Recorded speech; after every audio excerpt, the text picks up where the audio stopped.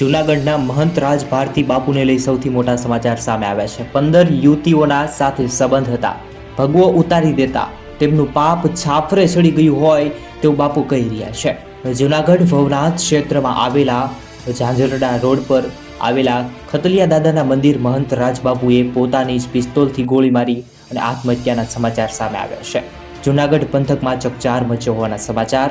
રાજ ભારતીના યુવતીઓ સાથેના સંબંધો બહાર આવતા જ તેમને દારૂની પાર્ટીઓના રહસ્યો જાહેર થઈ જતા આપઘાત કરી લીધો છે। આ અંગે તેમણે રાજ ભારતીને ચેતવ્યા પણ હતા।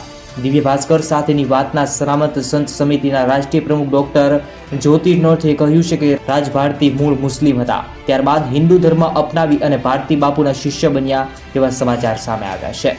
એક યુવતીએ 8 જૂન 2022ના રોજ મને પહેલી ફરિયાદ પણ નોંધાવી હતી। આવી રીતે બાપુને લઈ અને ઘણા બધા સમાચાર સામે આવ્યા છે। તેને લઈ ડિપ્રેશનમાં આવીને રાજ ભારતી બાપુએ આ પગલું ભર્યું લોકમુખે ચર્ચાઈ રહ્યું છે। હાલ પોલીસ દ્વારા આગળની તપાસ કરવામાં આવી રહી છે।